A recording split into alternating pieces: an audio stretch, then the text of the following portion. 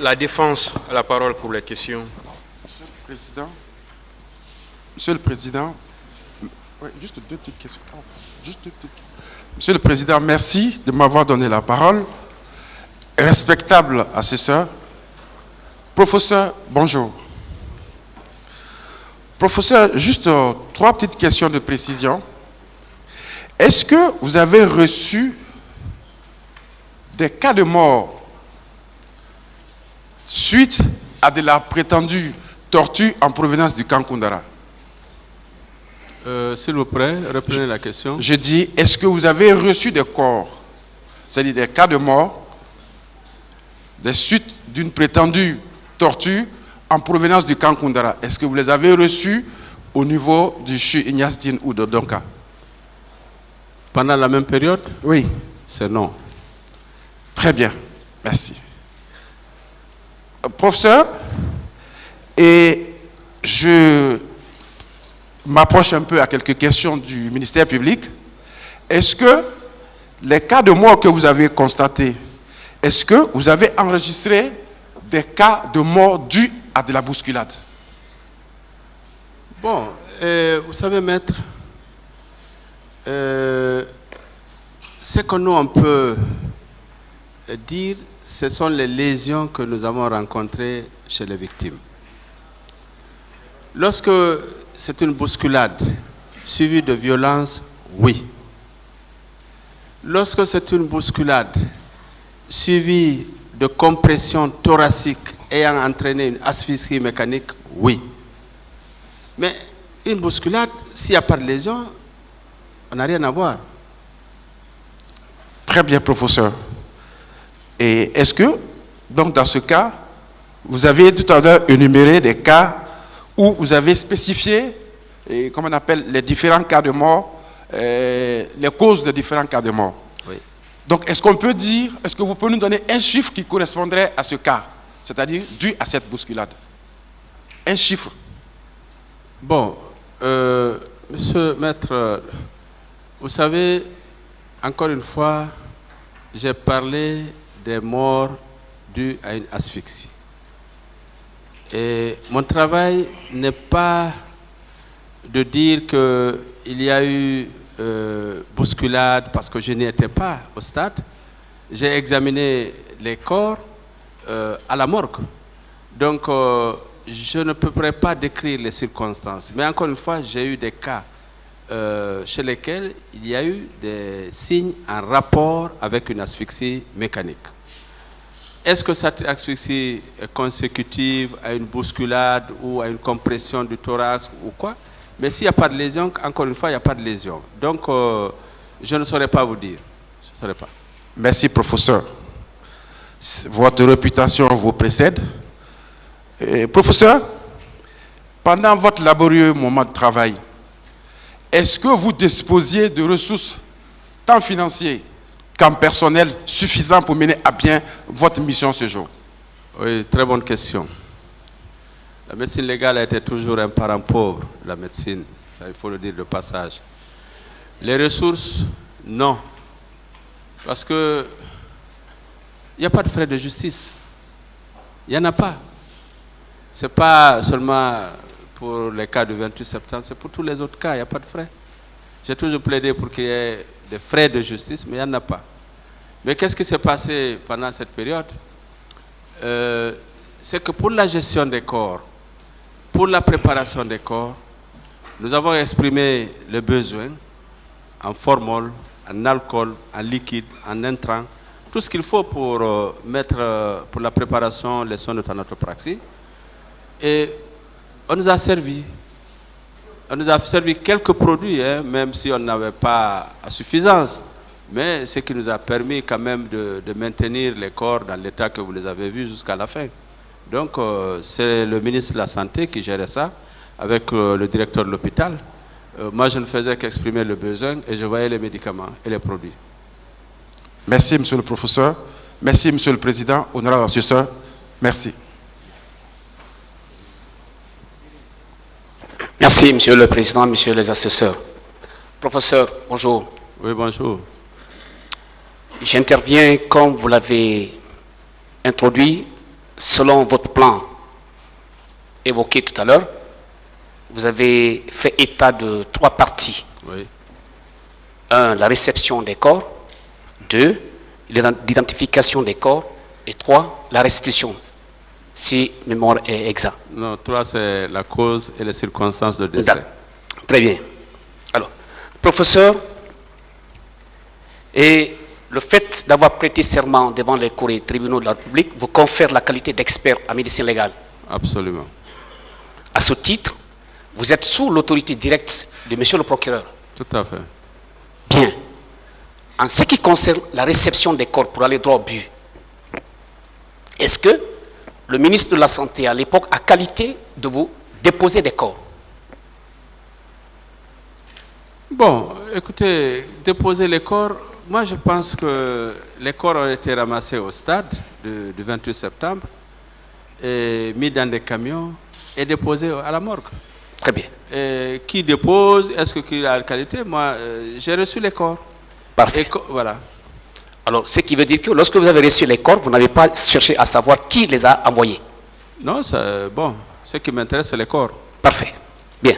Alors, lorsque je m'intéresse au point 2 de votre déposition, en ce qui concerne l'identification des corps, vous avez fait état de 3 camions qui ont acheminé les corps auprès de l'hôpital Ignace Dine, n'est-ce pas? Oui.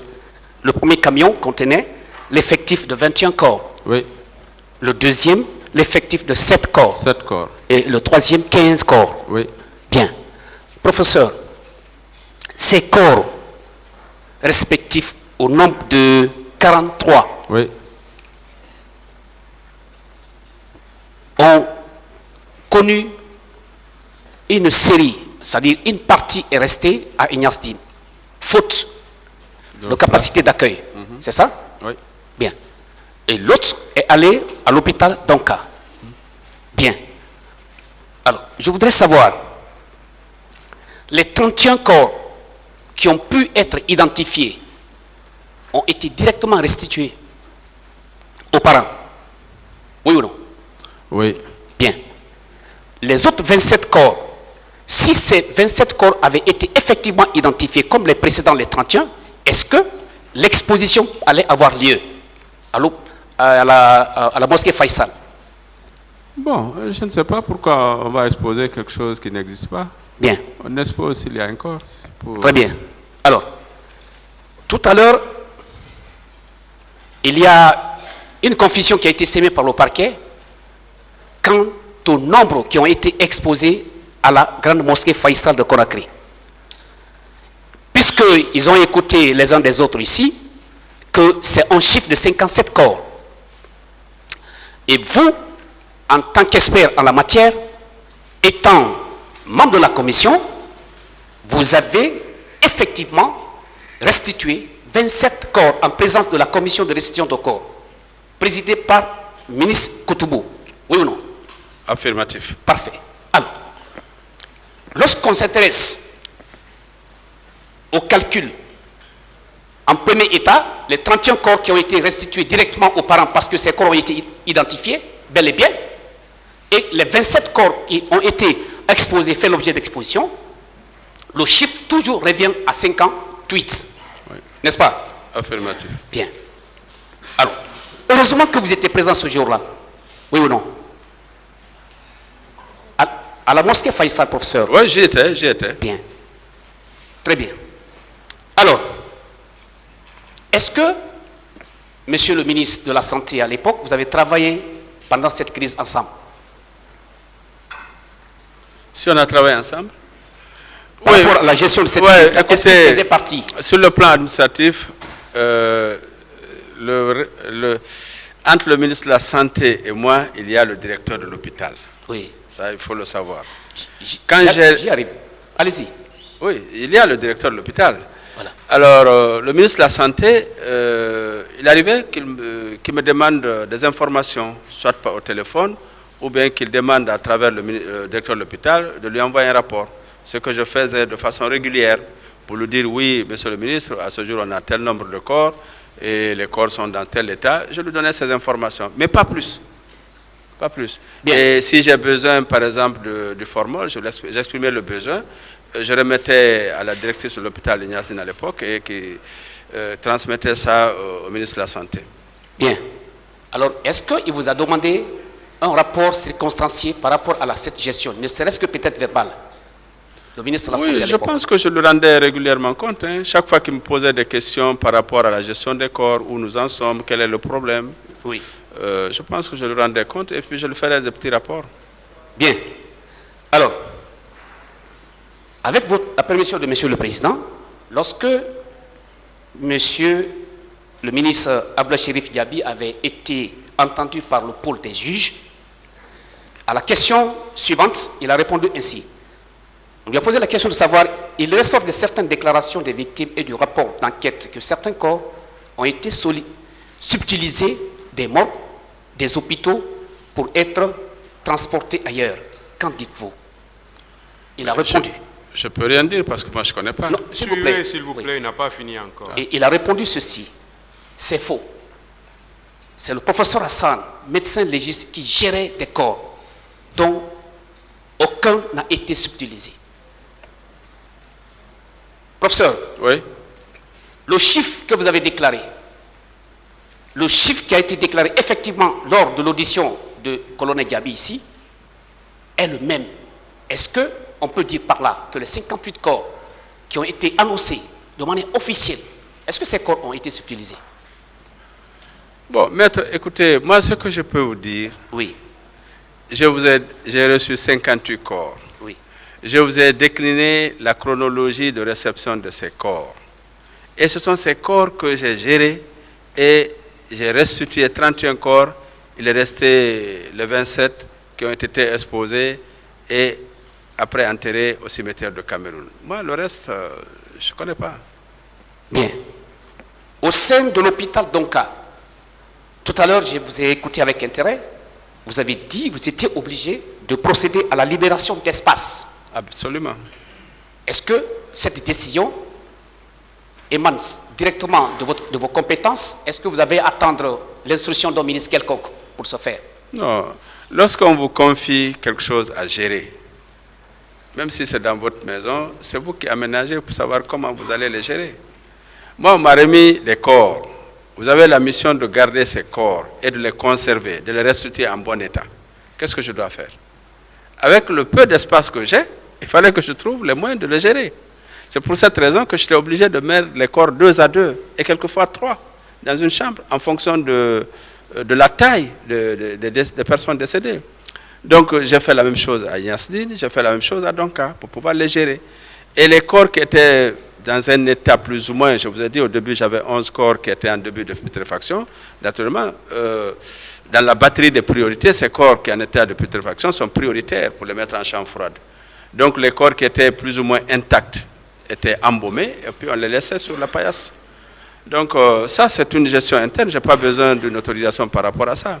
Ma responsabilité est engagée si toutefois les corps sont dans un mauvais état. Très bien. Mais on m'a dit de confier et de gérer.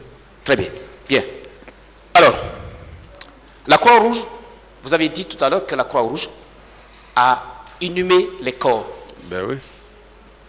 Cette décision également, de cette inhumation, venait de vos compétences.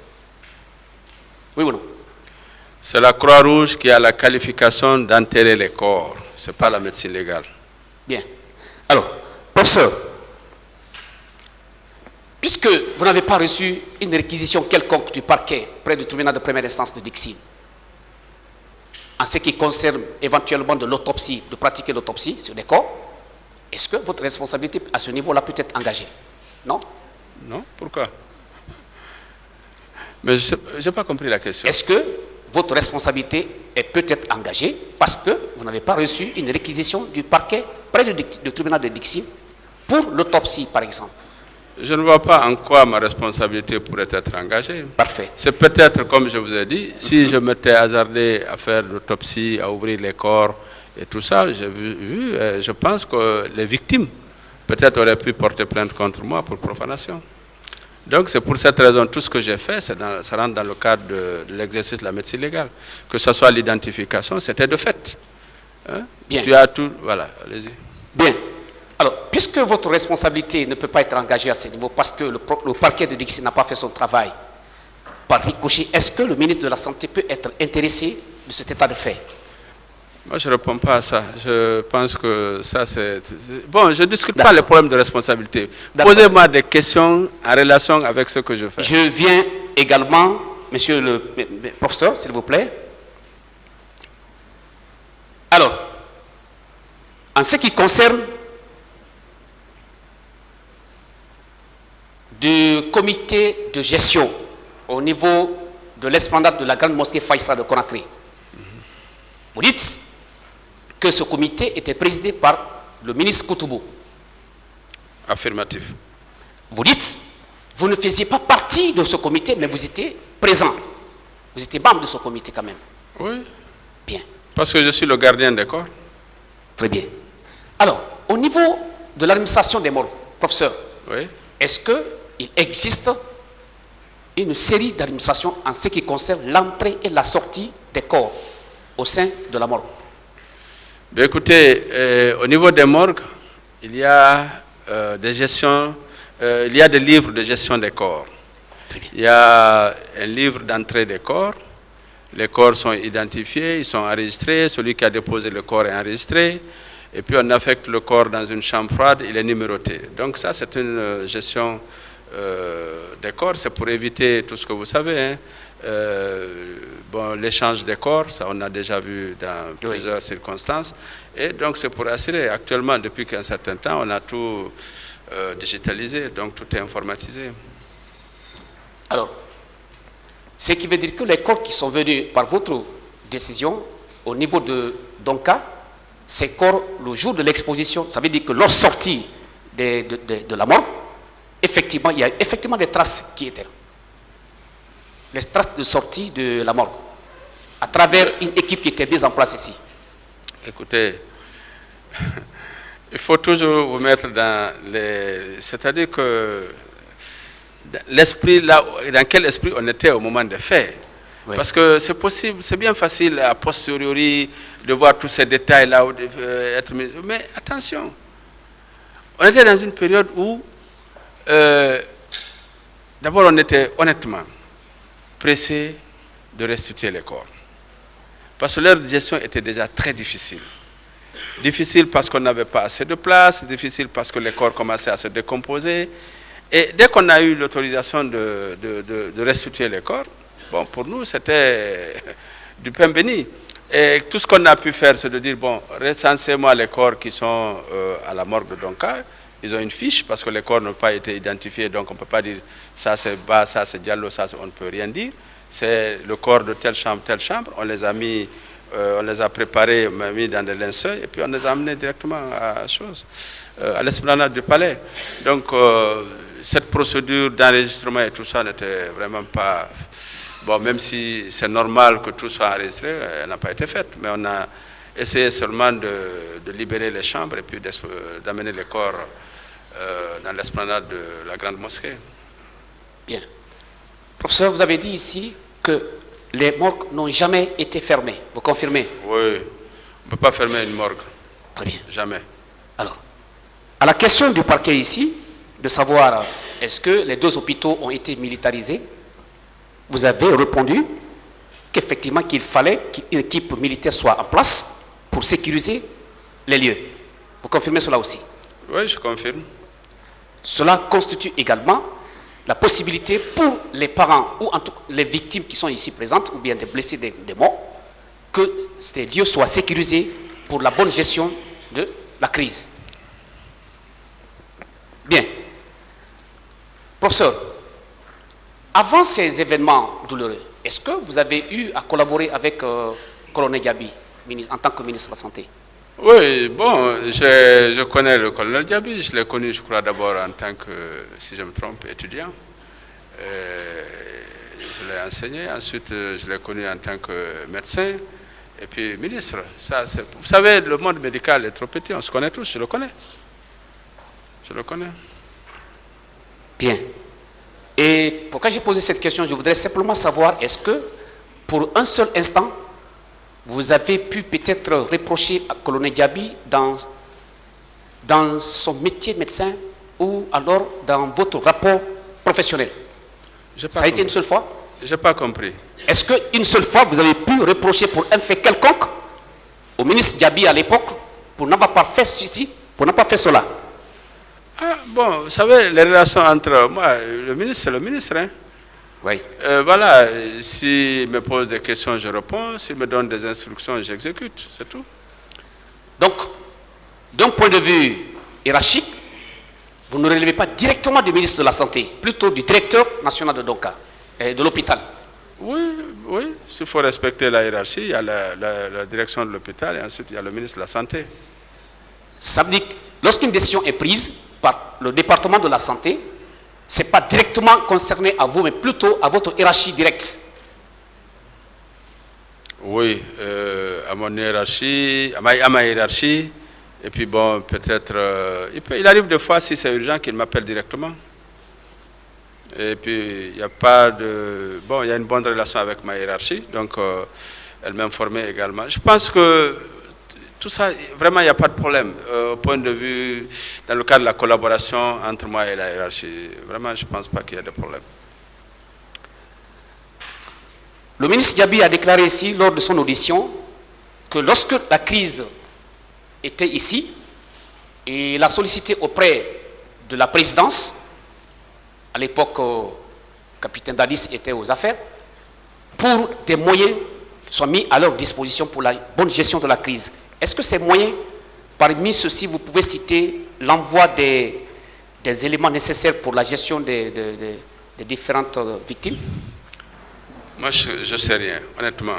Tout ce que je vous ai dit là, oui. C'est-à-dire que si j'ai besoin du formol, oui. j'ai besoin d'alcool, j'ai besoin du coton, j'exprime le besoin, c'est acheter et un peu on m'envoie. On ne me donne pas l'argent pour gérer, on ne me donne rien. On me dit, voilà, tu as besoin de quoi? J'ai besoin de 50 litres de formol, j'ai besoin de 20 litres d'alcool, j'ai besoin de 30 litres kilos de choses, j'ai besoin d'azote. C'est ça qu'on m'envoie. C'est eux qui achètent et qui me donnent, et qui mettent les produits à ma disposition. L'hôpital Kamsar avait été mis en contribution pour l'envoi des formules ici, pour pouvoir compléter, n'est-ce pas, le manque. Vous avez été mis au courant? Non, il faut demander au ministre. Moi, ce n'est pas celui qui sait où il prenait le formol. Je sais qu'à un moment donné, on était en manque de formol. Et donc, je ne sais pas, ils ont envoyé peut-être de Kamsar, ensuite de la Sierra Leone, et même quelquefois d'Abidjan, je ne sais pas. Mais chaque fois que j'ai demandé, ils m'ont emmené, même si la quantité quelquefois n'était pas suffisante, on m'a toujours donné quelque chose. Alors, lorsque vous avez sollicité auprès, n'est-ce pas, de laboratoires français, n'est-ce pas, oui. Pour pouvoir identifier l'ADN des uns et des autres, alors, ces efforts que vous avez fournis, c'était pour pouvoir identifier encore plus davantage des corps qui étaient déjà non identifiés sous cela, pour permettre aux parents d'accéder à leur corps. Affirmatif, c'était pour ça. Bien. Vous avez dit malheureusement, il n'y avait aucun résultat. Oui, on n'a pas retrouvé, oui, tout à fait. On avait des résultats, mais il n'y avait aucun qui correspondait avec une personne disparue dont le parent a été prélevé. Entre la demande faite par vous auprès du laboratoire français et l'arrivée, n'est-ce pas, de ces éléments, il s'est écoulé combien de temps, professeur? À peu près, je crois, il faut compter maximum 2 mois. Pardon? 2 mois. 2 mois. En tant qu'expert, est-ce que durant 2 mois, un corps qui est déjà enterré, est-ce que ça peut perdre les recherches, les enquêtes en cours d'autopsie ou bien la recherche de l'ADN? Oui, tout à fait. Même 50 ans, 100 ans après, on peut rechercher l'ADN. Comme je vous ai dit, c'est beaucoup plus l'ADN mitochondrial, la lignée maternelle, qu'on pourrait mettre en évidence. Ça, c'est pas lié au délai de décès, au délai post-mortem. D'accord. Alors, une autre question, mais qui relève directement de le premier plan, la réception des corps. Le premier camion, le deuxième et le troisième, respectivement, sont venus aux environs de quelle heure? Après 20 heures. La Après prière, 20 heures. à l'époque, c'était 19h30 comme ça. C'est après 20 heures. Après 20 heures. Très bien. Alors, au niveau de... Donc, vous avez vu à travailler avec la directrice Fatou Sike, Oui. relativement à quoi ça concerne? Bon, écoutez, elle est la directrice de l'hôpital Donka. On a coordonné les activités ensemble avec son équipe. Chaque fois qu'il y avait, je vous ai donné ici la liste des personnes décédées dans les services techniques à Donka, en neurochirurgie, aux urgences chirurgicales, en chirurgie viscérale. Donc, on collaborait ensemble. Chaque fois qu'il y avait un décès, j'étais informé. Je collaborais à travers elle avec tous les médecins spécialistes dans ces différents services. Et je saisissais les dossiers médicaux, je me renseignais très bien de quoi il s'agissait, quelles étaient les lésions initiales, qu'est-ce qui a été fait, etc. Donc, en fait, on a géré ensemble. Bien. Professeur, il est reproché à Colonel Diaby des faits de non-assistance à personne en danger, selon l'ordonnance de renvoi. Je voudrais savoir, à travers ces deux comités, le premier comité de crise et le second, c'est le comité chargé de la gestion des corps. Dans l'un des deux cas, aucun de ces comités, le ministre de la Santé à l'époque ne faisait partie comme membre. Quelle est votre appréciation par rapport à cet état de fait? Moi, je ne réponds pas à cette question. Ce n'est pas mon domaine, ça. D'accord. D'accord. Alors, lorsque vous avez commis une équipe technique au sein de Donka, et vous étiez à Niazdine, vous faisiez la navette entre les deux? Oui. Pour le contrôle? Oui. Est-ce que durant votre passage, par exemple, à Donka, vous avez pu ou bien vous avez été victime de quoi que ce soit par des militaires, par exemple, qui sécurisaient le coin? Oui, ben, écoutez, encore une fois, quand je viens à Donka ou à Ignastine, je suis en blouse, je rentre sans aucune difficulté. Mais si je ne suis pas en blouse, j'étais arrêté par les militaires, ce qui est normal. Tout à fait. On me demande qui vous êtes, pourquoi vous venez, etc. Ça, c'est habituel. Partout, on trouve les hommes en tenue. Donc, c'est pour cette raison, chaque fois que je venais à Donka, je prenais soin de porter ma blouse. Bien, professeur.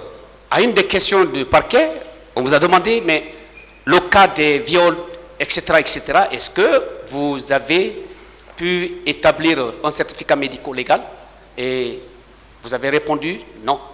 Est-ce que vous avez la possibilité de s'autosaisir? Mais écoutez, si je suis consulté, je peux très bien accepter de consulter et de délivrer le certificat médico-légal. Mais il appartient au juge de l'accepter ou pas. Parce qu'il n'est pas tenu. Ce n'est pas lui qui m'a désigné. Mais c'est une preuve quand même que j'ai examinée et j'ai constaté des lésions. Parce que le problème avec les violences sexuelles, c'est qu'il faut le faire vite. Parce que sinon, il y a beaucoup d'éléments, de preuves qui vont disparaître. Donc moi, je n'ai pas eu l'occasion de les voir immédiatement après. Mais je suis certain que beaucoup de centres médicaux, comme vous l'avez cité, la clinique, ensuite ceux qui sont à Bambeto, il y a un centre médical à Bambeto qui les a reçus aussi, et puis le service de gynéco du professeur Namouri. Donc tout ce qu'ils ont fait, c'est d'abord des médecins donc, qui sont capables d'examiner une femme victime de violences sexuelles, de dire s'il y a des lésions ou pas. La différence avec la médecine légale, c'est que nous, on va établir la durée d'incapacité totale de travail. Mais les premières lésions, qu'on appelle lésions initiales, sont examinées par tout médecin, surtout gynéco. Donc, ils peuvent le faire.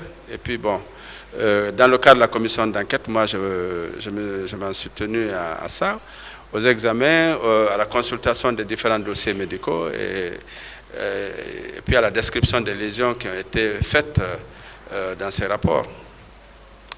Professeur, est-ce que le fait que vos actes sont authentiques, vous, parce que vous avez prêté devant les cours et tribunaux le serment, et un médecin qui est au centre de santé mère et enfant, qui établissait un certificat médical, les deux, c'est le vôtre qui vaut, jusqu'à inscription en faux, oui ou non? Ah, ça c'est le juge qui peut le dire. C'est le juge, c'est pas moi. Nous avons été inondés par des certificats médicaux ici, au point certains même font l'objet de doutes. Est-ce que un certificat médical de ce genre établi par un centre de santé d'Oratoma et en face de votre certificat médical, devant le juge, est-ce que, selon votre expérience, quel est le certificat qui peut valoir force de loi? Tous les deux certificats. Il faut savoir une chose. Oui. Dans notre code de déontologie médicale, tout médecin a l'obligation de délivrer un document pour son malade dans son intérêt, dans l'intérêt du malade. Un médecin qui est consulté pour délivrer un certificat médical des lésions que lui-même il a constatées, il a le droit de le faire. Il a le droit de le faire. Mais comme je vous ai dit, le juge, il est souverain. Il va dire que oui, je prends acte de ce certificat, mais je peux demander une contre-expertise. Le juge va dire oui, le médecin aussi, il sait. La délivrance d'un faux certificat est punie non seulement par le code pénal, mais par le code de déontologie médicale. Donc, il ne va pas le faire pour moi. Donc, s'il délivre un certificat, c'est en connaissance de cause, en sachant également qu'il a les qualifications requises pour le faire. Un gynécologue peut raisonnablement examiner une fille ou une femme victime de violences sexuelles, faire une description des lésions et puis signer et pour faire valoir voilà, pour faire valoir ses droits devant le tribunal. Peut-être ça sera mon avant-dernière question, professeur. Alors, par rapport à ce que vous venez de détailler, selon vous, quel est l'objet essentiel, le but essentiel de la médecine légale? La médecine légale, vous me posez maintenant la meilleure des questions. C'est le médecin des juges et le juge des médecins. D'accord. Ça, c'est la définition la plus simple et le but de la médecine légale. Médecin des juges parce que c'est l'interlocuteur privilégié des magistrats pour toutes les questions médicales. Si vous avez des questions ici, quelle que soit la question, que ce soit génétique, que ce soit cause et blessure, que ce soit violence sexuelle, vous demandez au médecin légiste. Parce que c'est votre médecin. Il est le juge des médecins pour toutes les affaires de responsabilité médicale. Donc, c'est vraiment, voilà, donc un partenaire privilégié des magistrats pour toutes les questions médicales. Même si quelquefois, il est devant les magistrats, il est stressé. Professeur. Oui. Je voudrais savoir,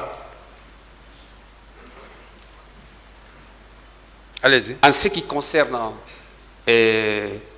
l'ensemble des activités menées par vous avec votre équipe, étant un travail technique, est-ce que, à l'instar de vous, membres de ce comité technique, est-ce qu'il y a d'autres personnes qui véritablement n'avaient pas la qualité, mais qui faisaient partie de ce comité? Non, écoutez, moi j'ai travaillé avec une équipe de médecins. Vous savez, en médecine, il y a des étudiants qui sont en formation, il y a des médecins qui sont en formation et qui ont appris dans le tas, qui ont le savoir-faire, mais peut-être qu'ils n'ont pas le diplôme. Donc c'est pour cette raison, comme j'ai dit au début, j'ai mis en place le 2S pour former, pour qu'ils aient une formation qualifiante, donc avec un diplôme. Maintenant, si j'ai des médecins, je vous dis, Gabriel qui a fait plus de 20 ans avec moi, c'est quelqu'un qui a de l'expérience. Il y en a beaucoup d'autres comme lui qui ont de l'expérience, donc qui savent faire tout ce que je peux faire. Donc ils sont avec moi, et puis les médecins même. Les médecins qui ont une formation, parce que la médecine légale fait partie de la formation générale de tous les médecins, donc ils ont une connaissance générale sur la médecine légale, donc on peut s'appuyer sur eux pour mener nos activités. Donc je pense que, encore une fois, c'est une équipe qui travaille. Ce n'est pas une seule personne, c'est une équipe. Bien. Puisque le parquet ne vous a pas réquisitionné pour établir de quoi que ce soit, est-ce que le procureur pouvait s'attendre à un rapport de vous? Bon, encore une fois, le procureur, c'est lui qui sait. S'il me demande aujourd'hui de lui envoyer un rapport de ce que j'ai fait, mais à volonté, je vais le faire. S'il me demande de faire tout ce que je viens de dire là, il me demande un rapport, je vais lui envoyer le rapport. Maintenant, comme je vous ai dit, ce rapport a des insuffisances, a des limites, pas des insuffisances, des limites. Les limites, c'est l'autopsie qui n'a pas été faite. Donc, on a l'examen extérieur. Et au besoin, si demain, on me demande par exemple, on a besoin de faire une reconstitution au stade du 28 septembre. Mais volontiers, je vais me prêter à la reconstitution. Cette reconstitution va nous permettre, à travers les lésions qui ont été observées chez les victimes, de déterminer la trajectoire du projectile, ça c'est extrêmement important, et probablement la position du tireur. Donc il y a beaucoup de choses qu'on peut faire avec les résultats de l'examen extérieur, hein, sur les orifices d'entrée et les orifices de sortie. On peut faire la reconstitution. Donc si le procureur, comme il me l'a demandé, je vais déposer un rapport. Donc, à date, jusque-là, il n'y a pas un rapport balistique, par exemple, versé au dossier de la procédure. Bon, c'est maintenant que le procureur m'a demandé. Il me demande, je vais le faire. D'accord. Pour terminer, professeur, quelle est votre appréciation sur la personne de colonel Diaby? Je ne pourrais pas répondre. Merci, professeur. Monsieur le Président, merci.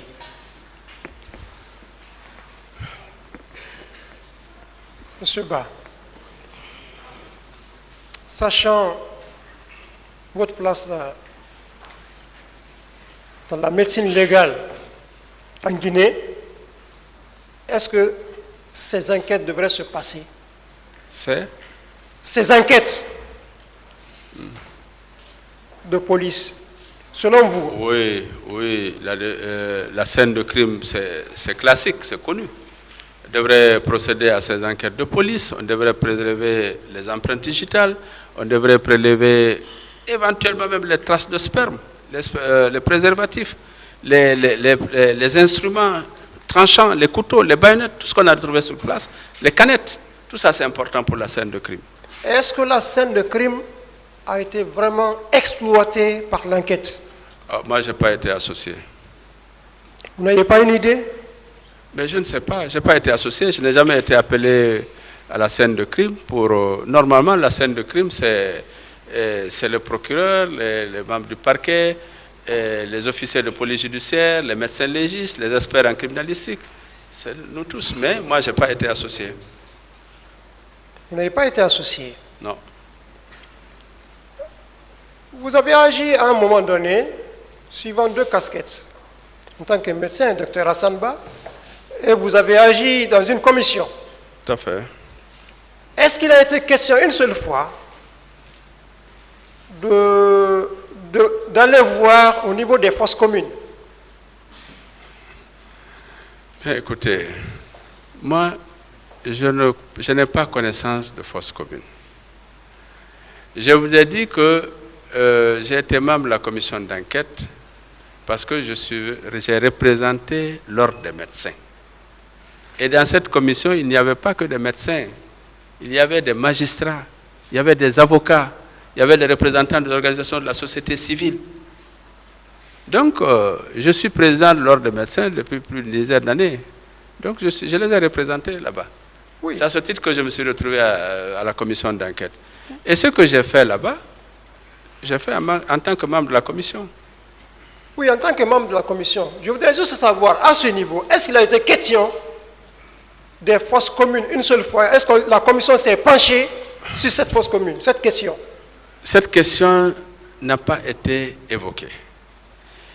Et même si elle a été évoquée, ce n'est pas au cours d'une réunion de la commission. Parce que dans la commission, on avait des sections.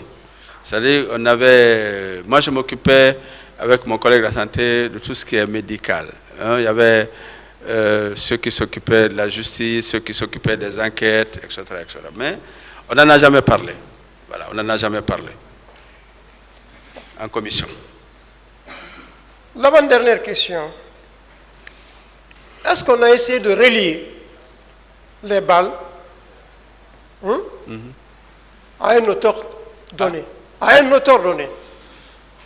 Écoutez, est-ce que vous savez que avec les douilles qu'on a pu récupérer, on peut déterminer l'arme qui a tiré? Oui. Oui. Et si avec cette douille, on détermine l'arme qui a tiré, on peut raisonnablement identifier le détenteur de cette arme. Je pense que dans les camps militaires, lorsqu'on affecte une arme à une personne, elle est enregistrée au service armurerie. Et lorsqu'il est enregistré au service d'armerie, on connaît telle arme a été affectée à telle. Et lorsque, à partir de la douille, donc le numéro de la douille, on retrouve l'arme qui a tiré, naturellement, on peut retrouver le détenteur de cette arme, même si ce n'est pas lui qui l'a utilisée, mais à qui cette arme a été affectée. Ça, c'est bien possible. Mais je crois que dans ce cas, en tout cas, les douilles qui ont été... Je vous ai dit, j'ai eu 3 orifices de sortie. Et je crois que j'ai 2 ou 3 douilles. Bon, si j'avais fait l'autopsie, par exemple, j'aurais pu retrouver les douilles à l'intérieur des corps. Et si tel le cas, théoriquement, c'est bien possible. C'est bien possible. L'autorité ne l'ayant pas fait. L'autorité ne l'ayant pas fait.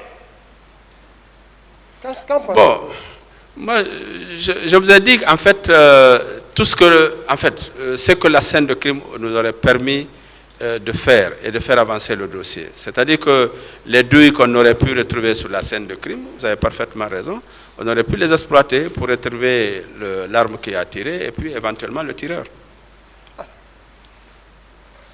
Ça, c'est une insuffisance au niveau des enquêtes. Bon, moi, je ne sais pas. Ok. En tant que médecin légiste, avez-vous été satisfait vraiment du travail de médecine dans ce travail du 28 septembre? Un dossier aussi important que celui du 28 septembre. Bon, moi, je suis satisfait de la tenue du procès. Je suis satisfait aussi du fait qu'on m'ait sollicité pour venir apporter mon témoignage. Pour moi, c'est une avancée. Oui, mais le travail de médecine légale dans les enquêtes du 28 septembre. Le travail de médecine légale, c'est le même.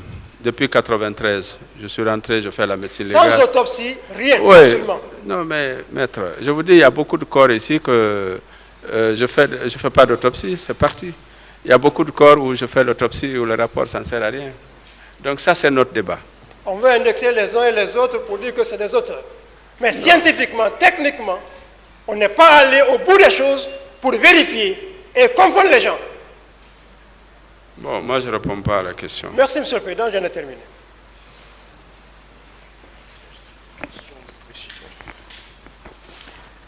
Merci, Monsieur le Président.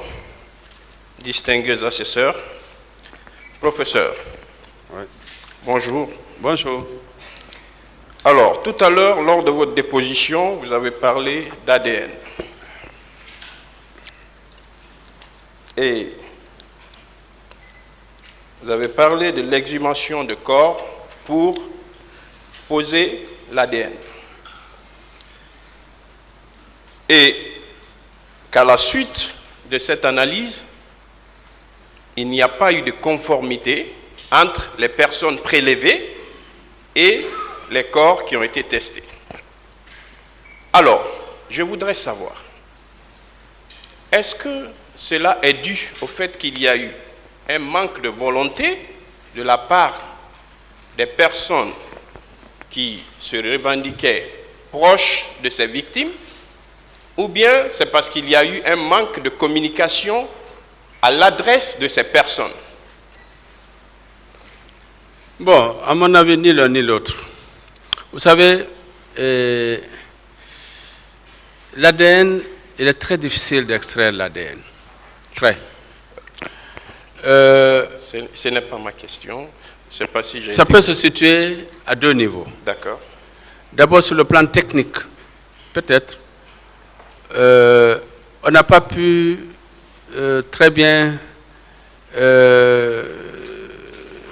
respecter toutes les procédures, le temps d'assèchement des eaux, la technique de prélèvement. Ça peut être un prélèvement qui n'a pas été suffisamment complet. Ça, c'est un peu.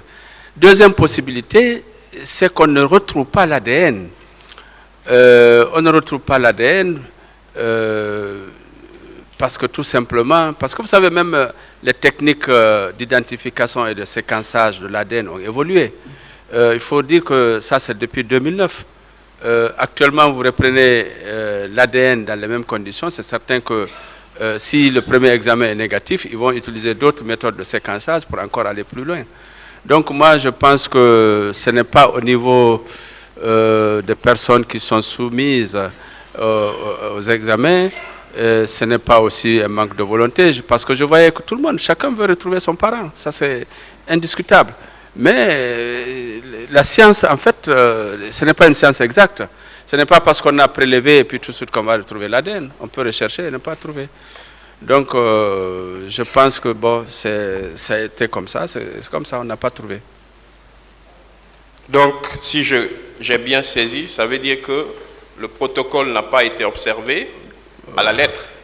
Ce n'est pas le protocole. Écoutez, lorsqu'on vous dit de faire une exhumation, ce n'est pas vous qui allez descendre. Vous faites descendre les gens à la fosse. Ils vont prélever le fémur. Ils vont prélever le bassin. Il y a des techniques de prélèvement que vous leur donnez. Ils vont le faire. Je suppose, pour moi, c'est bien fait.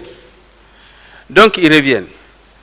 On a des techniques au niveau du service que le laboratoire nous impose pour la préparation des échantillons avant de les emballer et les expédier. Donc, on a respecté toute cette procédure. Mais nous sommes allés dans un premier temps, comme j'ai dit, dans un premier labo. Ce n'était pas le bon labo, ils ne pouvaient pas le faire. Il fallait encore retourner avec les échantillons. Donc, il y a eu beaucoup de manipulations. Et puis, avant de les envoyer dans ce laboratoire. Donc, moi, j'essaie de voir quelles sont les possibilités d'erreur qu'ils peuvent avoir dans ce cas. Ça, c'est possible. Je mets d'abord à ce niveau. Deuxièmement, ils ont fait les examens et ils n'ont pas trouvé. Ils ont peut-être recherché l'ADN nucléaire et négatif. Ils n'ont pas peut-être eu tous les éléments pour faire l'ADN mitochondrial ou bien le chromosome Y pour rechercher à travers d'autres techniques à l'époque qui n'existaient pas, qui existent aujourd'hui, qui sont avancées. On n'a pas pu le faire et ils m'ont dit c'est négatif. Pour moi, je me résume à ça, c'est négatif. Donc de là, je pense aussi, lorsqu'on a prélevé, ce n'est pas les 27 corps qui ont été prélevés. Peut-être que dans les corps qui ont été prélevés, il n'y avait pas un représentant de la famille parmi ces corps et les autres. D'accord?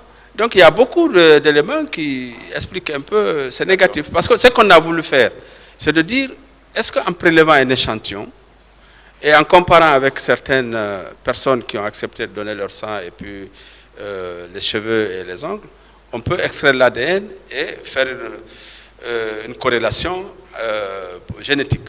C'est ce qu'on a essayé. Mais dans l'échantillon prélevé, dans les deux cas, on n'a pas trouvé. Donc là, il ne faut pas trouver un problème à ça. D'accord, c'est compris. Alors, professeur, oui. Est-ce qu'à date, vous êtes à même de dire au tribunal combien de personnes avaient été prélevées? Je pense que j'avais prélevé pas beaucoup. Hein. Hormis Maître Ba. Oui, mais Maître Ba, je crois qu'il y avait 5 maximum. Pour 27 oui. Inhumés. Ben, je vous ai dit, on n'a pas prélevé les 27. On a prélevé quelques échantillons, peut-être de 3 à 5, pour essayer de voir la corrélation.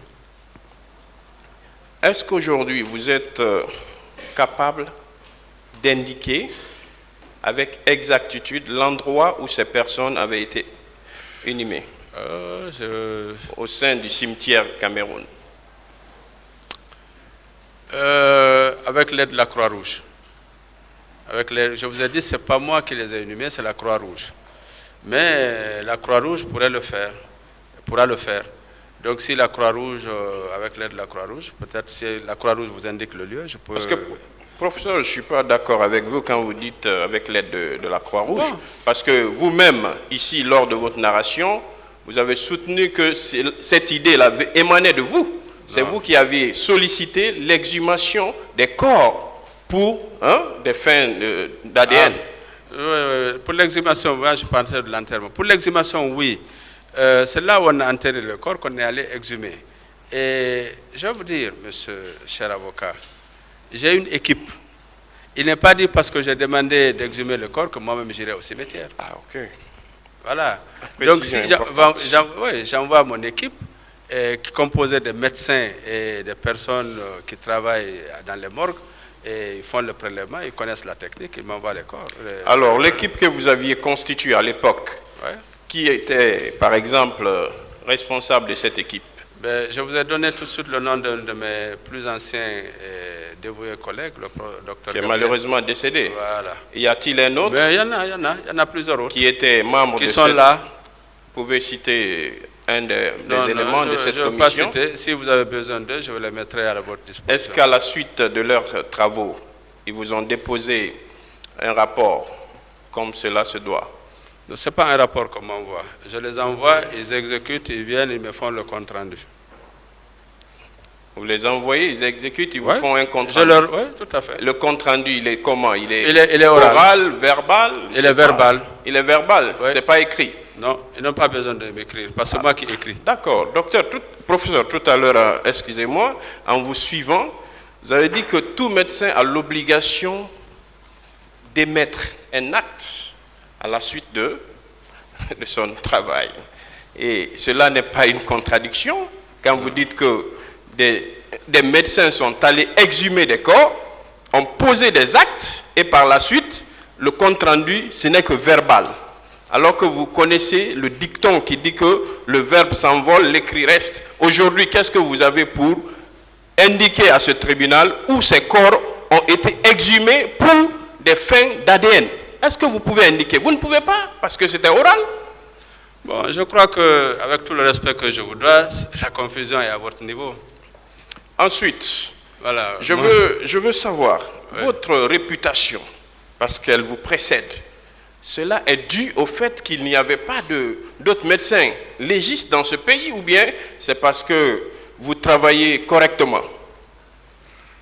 À vous d'apprécier. C'est vous qui savez. Demandez aux autres pourquoi j'ai cette réputation. Moi, je ne vais pas vous parler de moi. Voilà. Alors, ensuite, est-ce que ces corps sur lesquels on a pratiqué cette analyse ADN et qui n'a abouti à rien parce que le résultat était négatif, alors, est-ce qu'on peut assimiler ces corps-là aujourd'hui aux disparus qui sont recherchés par les victimes dans ce procès du 28 septembre? Est-ce qu'on peut les assimiler à cela? Parce que ces corps-là, vous les avez exhumés. Aujourd'hui, on n'a aucun document pour attester l'identité de ces corps, pour savoir qui est enterré là-bas, où on les a enterrés. Est-ce qu'on peut les assimiler donc à ces disparus qui sont revendiqués de l'autre côté, selon vous? Mais attendez, il ne faut pas nous ramener en arrière. Je vous ai dit ceci. 27 corps ont été enterrés au cimetière Cameroun. 27 corps non identifiés sur les 58. 31 corps ont été identifiés formellement. Je suis d'accord. D'accord? Jusque-là, on est d'accord? Oui. Sur les 27 corps non identifiés, lorsque j'ai siégé au niveau de la Commission nationale d'enquête, connaissant qu'il y a des corps non identifiés qui ont été enterrés, et de l'autre côté qu'il y a des parents qui sont à la recherche de leurs corps, j'ai demandé à ce qu'on puisse faire des prélèvements ADN, faire une corrélation entre l'ADN de ces corps inhumés à Cameroun et l'ADN des personnes qui sont soumises au prélèvement. C'est ce qui fut fait. Et malheureusement, ce n'est pas 27 corps qui ont été prélevés pour des fins d'ADN. Vous imaginez 27 à transporter? On a essayé de prélever un échantillon, pensant que sur cet échantillon, avec un autre échantillon de personnes qui ont perdu leurs proches, on allait faire un croisement et retrouver leur ADN. Mais on ne l'a pas retrouvé. Monsieur Ba, Donc, professeur. s'il vous plaît. Oui, hein. oui, merci, monsieur le président. Monsieur Ba, Oui. on veut comprendre. Hein. Vous savez, le tribunal même vous a posé beaucoup de questions sur cette Oui. partie. Vous avez dit hein, à l'esplanade de la mosquée Faisal, 27 corps ont été, 27 corps ont Exposés. été présentés. Est-ce que ces 27 corps-là ont été inhumés ce jour?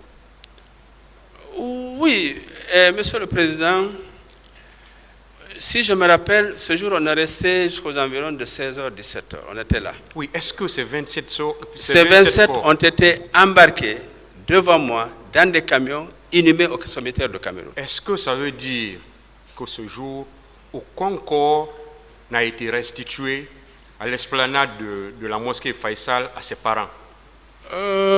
Si, je pense que je pense qu'il y a eu des corps qui ont été, 1 ou 2 corps qui ont été identifiés à l'esplanade ce jour. Je pense. Alors, vous savez, on a fait le décompte. Ouais. Vous avez dit qu'il y a eu 58 corps. 58 corps. Vous-même, à votre niveau, vous avez restitué 31 corps. 31 corps. Il est resté 28 corps. C'est 27 corps. 27 corps. Ouais.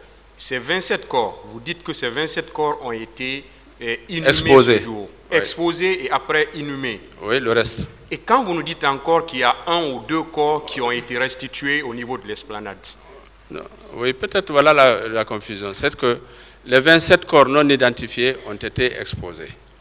Parmi les 27 corps non identifiés, je confirme qu'il y a eu peut-être 2 qui ont été identifiés ce jour. Je ne sais pas. Mais en tout cas, il y en a eu au moins 2. Maintenant, c'est le reste là qui a été inhumé. Vous savez, quand vous faites des variations, le tribunal sera dans l'obligation de noter ces variations parce que nous, nous retenons tout ce que vous êtes en train de dire ici. Vous savez, le président, c'est que le temps aussi, hein, parce que je vois que vous êtes en train de dire à Maître Chérif que les 27 corps ont été inhumés ce jour. Ça veut dire que ces 27 corps n'ont pas été identifiés et ils ont été inhumés ce jour. Oui, et pendant ce temps, vous êtes en train de dire au tribunal qu'il y a eu 1 ou 2 corps qui avaient encore été restitués au niveau de l'esplanade. Qu'est-ce qu'on doit prendre? Oui, Monsieur le Président, encore une fois, 2009-2024, ça fait beaucoup. Qu'est-ce qu'on doit prendre? Vous comprenez? Et aujourd'hui, je suis en train de voir, parce que lorsqu'on a exposé les corps, je me rappelle que les corps beaucoup étaient décomposés, mais je me rappelle effectivement que... Il a dit décomposé. Décomposé. Allez-y. S'il vous plaît, n'interrompez pas le témoin. Voilà, certains corps, pas tous les corps. Mais, donc, je confirme effectivement qu'il y a eu maximum 2 corps qui ont été identifiés et puis envoyés par les parents à partir de l'exposition des corps. Parce que je me rappelle encore alors, que... si on prend 2, ça peut-être veut dire 25 corps, 25 ont été inhumés. 25 inhumés. Bon, notez le graphe de cette variation. Continuez, maître. Merci, Monsieur le Président. Professeur, oui. Une fois encore, sur les 25, puisque ce n'est plus 27, mais 25 ont été inhumés, et sur les 25, combien ont été exhumés pour l'ADN? Avec précision. Sur les 25, je vous ai dit que j'ai exhumé, ce n'est pas tous les corps qu'on exhume. Dans la fosse, on récupère les membres. On a exhumé 3 fémurs d'un corps, 3 fémurs, donc ça fait 3 corps. Et puis on a exhumé aussi 2 bassins. Donc après, on a exhumé 5 corps. Vous avez exhumé 5 corps. 5 corps. Alors, est-ce que le fait d'avoir fait ce travail à mi-chemin, c'est-à-dire sur 25, alors qu'il y a des personnes non identifiées qui ont été, disons, inhumées, ils sont non identifiés. Pourquoi vous n'aviez pas pris soin d'exhumer la totalité de ces personnes pour au moins les comparer avec les 5 personnes, l'ADN des 5 personnes qui ont accepté de venir pour ce travail, cette analyse? Oui, écoutez, pour 2 raisons. La première, c'est que je ne peux pas exhumer 27 corps et les embarquer pour envoyer pour l'exhumation. Ça, c'est un. Deuxièmement, encore une fois, on a voulu dans un premier temps faire un test de probabilité. Est-ce que dans ces corps, les prélèvements qu'on va faire ici, vous pouvez me faire la même question pour demander pourquoi je n'ai pas prélevé toutes les personnes ayant déclaré la perte d'un parent. Donc, j'ai prélevé, j'ai pris un échantillon. J'ai comparé avec l'échantillon des victimes que j'ai envoyé. Mais je n'ai pas trouvé. À supposer par exemple que je trouve que, il y a un cas positif chez qui on a trouvé. Qu'est-ce que j'allais faire? Je vais dire au président du tribunal, je vais leur dire, bon, écoutez, il y a une forte probabilité que parmi les corps qui se trouvent dans cette fosse, qu'il y ait quand même des personnes qui ont leurs parents, qui ont perdu leurs parents qui se trouvent là. Qu'est-ce qu'ils vont me dire? Faites une exhumation totale et prenez tous les corps. Voilà. Mais si le fait d'avoir essayé cette probabilité, c'est un problème, moi je me... Peut-être... Pourquoi, c'est ce que je vous dis, pourquoi je n'ai pas prélevé? Vous aurez pu me dire, il y a combien de personnes qui réclament avoir perdu leurs parents? Alors, prélevez toutes ces personnes-là. Alors, pourquoi spécifiquement? Donc, on a essayé, on n'a pas trouvé. Sur 5 personnes. On a essayé sur 5 personnes, on n'a pas trouvé. Enfin, donc, et ça, ce n'était pas une mission médico-légale. C'était une mission, s'il vous plaît, c'était une mission de la commission d'enquête. Pourquoi la commission n'a pas exigé à ce que vous continuiez sur les 20 autres corps? Ben, elle n'a pas exigé. Pourquoi?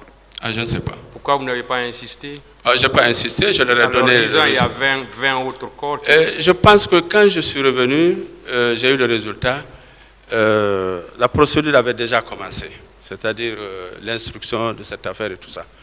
Parce que dès que je suis arrivé, je me rappelle, on m'a aussitôt appelé pour me demander d'envoyer mon rapport. Je l'ai déposé. Mais on ne m'a plus demandé. Si on m'avait demandé, j'allais... Parce que de toute façon, aussi, c'est l'État guinéen qui paye. On allait le faire. Merci, Monsieur le Président.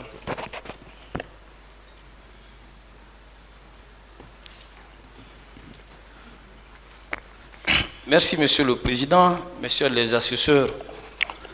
Bonjour, professeur. Bonjour, maître.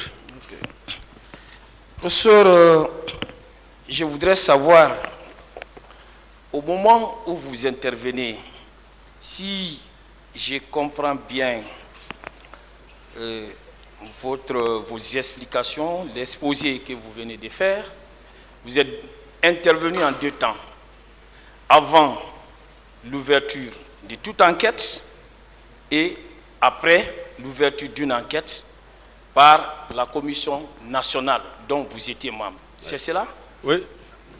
Je ne me trompe pas, j'espère. Oui, parfait. Très bien. Vous, en tant que médecin légiste, en votre qualité d'expert, lorsque vous devez intervenir, n'est-ce pas, vous devez faire l'objet d'une désignation? Oui, bien écoutez, d'abord je suis médecin et c'est comme un médecin qui a l'obligation de recevoir un malade et de le soigner. C'est une obligation déontologique. En tant que médecin légiste, lorsque je suis mis en présence d'un corps, j'ai cette obligation déontologique de l'examiner et de donner les informations au moment opportun. Et enfin, je voudrais vous dire quand même que ma mission, je suis un enseignant, je suis un chercheur, je publie. Je publie. Et d'ailleurs, ce qui fait que, vous voyez, vous pouvez chercher sur Google, violence meurtrière dans l'espace public à Conakry. Je l'ai publié. Donc, je ne peux pas croiser les bras pour dire, oui, j'ai vu, je me résume à ça. Non, je fais mon travail. Mais ce que je sais que je ne peux pas faire sans la réquisition, je ne le ferai jamais. Professeur, lorsque vous êtes en présence d'un cas devant un cadavre dont la cause de la mort n'est pas connue et que vous devez intervenir pour pouvoir expliquer les circonstances de ces décès, n'est-ce pas, vous êtes obligé d'agir sur la base en vertu d'une réquisition. Maître, oui. Lorsqu'il y a mort d'homme devant un cadavre, la justice me demande, sur la base d'une réquisition, de déterminer les causes et les circonstances du décès. Lorsque quelqu'un perd un parent proche, il n'a pas besoin de la justice, il me demande. J'examine le corps, à sa demande, je fais l'autopsie et je lui donne les résultats. Dans le cas de figure, dans le cas de figure, il y a eu mort d'homme au stade, je suis d'accord, je devrais être saisi par une réquisition pour faire le travail d'autopsie. Mais qu'à cela ne tienne.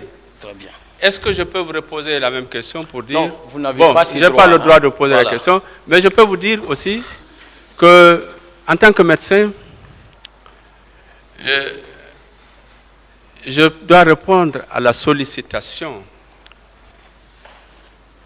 de mes compatriotes. Lorsqu'on me dit, je veux savoir identifier mon parent, je ne peux pas croiser les bras. Je ne peux pas. Professeur... Je dois participer à la restitution des corps, à l'identification des corps. C'est une mission de fait. Est-ce qu'on est d'accord qu'un médecin légiste, lorsqu'il doit agir, il doit le faire dans les limites de la loi, et que la loi, en pareille circonstance, voudrait que vous soyez désigné, et je voudrais qu'en dehors de la loi, que vous m'indiquiez un autre texte qui vous permettrait d'agir en dehors de toute réquisition. Bon, moi je ne vais pas trop discuter vous sur les questions de droit. Lorsqu'il y a mort d'homme, d'accord, le procureur délivre une réquisition pour me demander les causes et les circonstances dans le cadre de son enquête. Voilà. Dans le cadre de son enquête. Lorsqu'il y a mort d'homme, en dehors d'un espace public, en dehors, parce que simplement c'est une famille, le procureur n'a rien à voir, je suis sollicité par une tierce personne pour le faire. Bon, sa question est précise. Donc, en l'espèce, est-ce que vous devriez agir sans les réquisitions du procureur? Voilà. Non, pour faire une autopsie, non? C'est ça. Donc, pour faire une autopsie, non? Donc, et vous avez agi sans aucune réquisition. Nous y reviendrons. Non. Et c'était pas normal, professeur. Non, mais je ne suis pas d'accord. Hein. Et vous avez aussi parlé de l'exposition et de la restitution des 31 corps. C'était à quelle date précise? Je ne sais pas. Je ne sais pas, ça vous pouvez voir, parce que les vidéos existent, les jours, moi je ne sais pas, je ne retiens plus ça. Parce que moi je ne m'attendais pas, comme beaucoup de personnes, à ce procès ou à venir parler de ça, je ne retiens plus. N'est-ce pas avant l'ouverture des enquêtes par la commission d'enquête nationale dont vous étiez membre? Non, je n'ai pas été membre de la commission d'enquête. Oui, avant l'ouverture de la commission d'enquête, oui, on a reçu bien avant. Voilà, c'était bien avant. Oui, bien avant. C'est ça. Vous avez dit ici, à moins que je ne me trompe, je voudrais en avoir la précision, vous avez été membre de la commission d'enquête. Oui, je suis membre de la commission d'enquête. Très bien, on continue. Vous avez eu à gérer les corps au niveau des 2 morgues. Quelle est la capacité d'accueil de chaque morgue? Je répète, cher maître, monsieur l'avocat, j'avais une capacité à l'époque de 10 corps à Ignasdine, et je dis bien 14 corps à Donka. Pourquoi 14? Parce que c'est un bloc de 10. Pour les 2 étaient à Ignasdine. On a délocalisé un bloc de 10 à Donka, plus un ancien bloc de 4 corps. Donc il y avait 14 à Donka et 10 à Ignasdine. Alors, ça veut dire que si nous prenons les capacités d'accueil des 2 morgues, en tous, 24. Oui, 24. Alors, et vous devriez gérer au niveau de ces 2 morgues 58 corps. Oui, affirmatif. Alors, et ça veut dire que vous avez entassé des corps. Monsieur l'avocat, je vous ai dit que j'ai mis à certains endroits 2 corps dans une même chambre. C'est passé même sur France 24. Tout le monde l'a vu. Oui, donc, ça dépend aussi de la corpulence des corps. Il y a des corps, bon, je ne sais pas, je ne vais pas vous citer, qui ne peuvent pas rester deux dans une chambre. Donc, on a essayé de voir qu'est-ce qui est possible pour conserver le corps. Je voudrais quand même que vous vous mettiez dans l'esprit de celui qui était à l'époque en charge de la gestion de ces corps. Et notre première difficulté, notre première préoccupation n'était pas tout ça, c'était de dire comment est-ce que je pourrais loger tous ces corps-là, sans pour autant que ces corps ne se décomposent. C'est ça ce qu'on savait. Et c'est pour cette raison qu'on était obligé de mettre 2 à 2 les corps dans certaines chambres, et les corps qui ne pouvaient pas rester à 2, on les a laissés seuls. Vous savez que des témoins ont comparu ici, qui ont fait état de ce que des corps étaient entachés, les uns sur les autres. Est-ce que dans ces conditions-là, votre mission qui visait à conserver l'état de ces corps, est-ce que cette mission n'a pas été un échec? C'est vous qui le dites, je vous laisse, vous êtes responsable de vos propos, mais ce n'est pas à vous, c'est à moi qui l'a posé la question. Calmez-vous. Voilà, donc... Calmez-vous, maître. Maître, calmez-vous. Je vous laisse le soin de vos réponses. Moi, je dis et je répète, ce n'est pas à moi d'équiper les chambres froides. Je pense que ça, vous devez le comprendre. Est-ce que vous êtes fatigué ou vous voulez continuer? Oui, parce que ça commence. Hein. Mais je vais essayer. Ce n'est pas à moi d'équiper les chambres froides, d'installer les chambres froides dans des hôpitaux. Ce n'est pas ma responsabilité. Ce n'est pas non plus à moi de voir un peu, de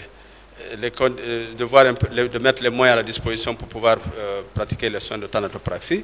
Ce que je pouvais faire professionnellement, humainement, c'est ce que j'ai pu faire. Et mettre les corps 2 à 2, je suis tout à fait d'accord que c'est un gros problème parce qu'en fait, les conditions de rafraîchissement. Parce que pourquoi on met le corps dans les chambres froides? C'est pour rafraîchir, pour retarder la putréfaction de ces corps.